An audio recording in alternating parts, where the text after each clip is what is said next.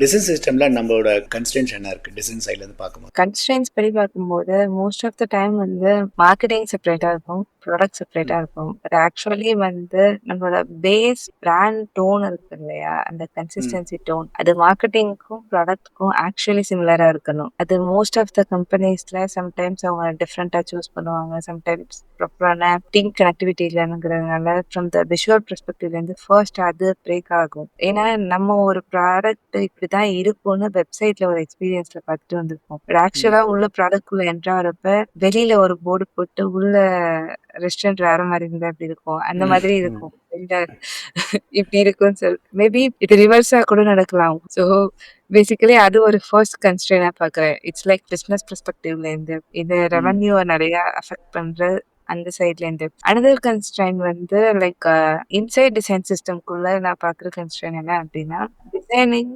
Development நம்ம நினைக்கிறது எல்லாமே வந்து இந்த காம்போனன்ட் கிரியேட் பண்ணும். அத ஒருத்தவங்க டெவலப் பண்ணும். அதெல்லாம் தான் ம், பெரிய விஷயம். பட் ஆக்சுவலாவே எங்க அதிக கன்ஸ்ட்ரெயின் இருக்கும்னா, அடாப்ஷன்ல தான். நம்ம எல்லாருமே நினைக்கிறது நமக்குன்னு ஒரு டிசைன் சிஸ்டம் இல்ல.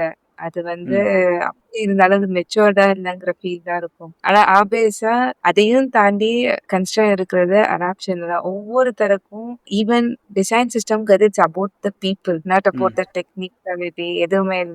அட் ஃபர்ஸ்ட் வந்து பீப்பிள் தான் அதுல வருவாங்க.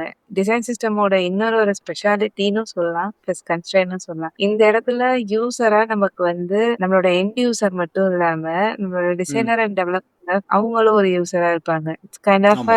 எல்லா ஆடியன்ஸையும் கவர் பண்ற ஒரு சிச்சுவேஷன் வரும். அண்ட் ம், நம்ம பண்ற எல்லா சிஸ்டமுமே வந்துட்டு தேர்ட் கன்ஸ்ட்ரெயின் என்னன்னா, டிசைன்ல என்ன அப்டேட் பண்ணியிருந்தாலும் அது டெவலப்மெண்ட்லயும் ரிஃப்ளெக்ட் ஆகணும். ம், அங்க என்ன ஒரு சின்ன விஷயம் சேஞ்ச் ஆனாலும் இங்க இருக்கும். ஆரம்பத்துல ஃபேஸ் 1 நம்ம ரிலீஸ் பண்றப்போ எல்லாம் அந்த பாத்துல தான் இருக்கும். பட் ம், ஈவென்ச்சுவலி அது ஃபேடட் அவுட் ஆக ஆரம்பிக்கும். அதுக்கு மேல குடுத்திருந்த இம்பார்ட்டன்ஸ் குறைய ஆரம்பிக்கும். பிளஸ் ஃபோர்த் திங் என்ன கன்ஸ்ட்ரெயின்ஸா இருக்கும் அப்படின்னா, டிசைன் சிஸ்டம்க்கு ஆர்ஓஐ எடுத்துட்டு வர்றதுங்கிறது கொஞ்சம் இல்ல, ரொம்பவே ஒரு சேலஞ்சிங்கான ம், விஷயம்.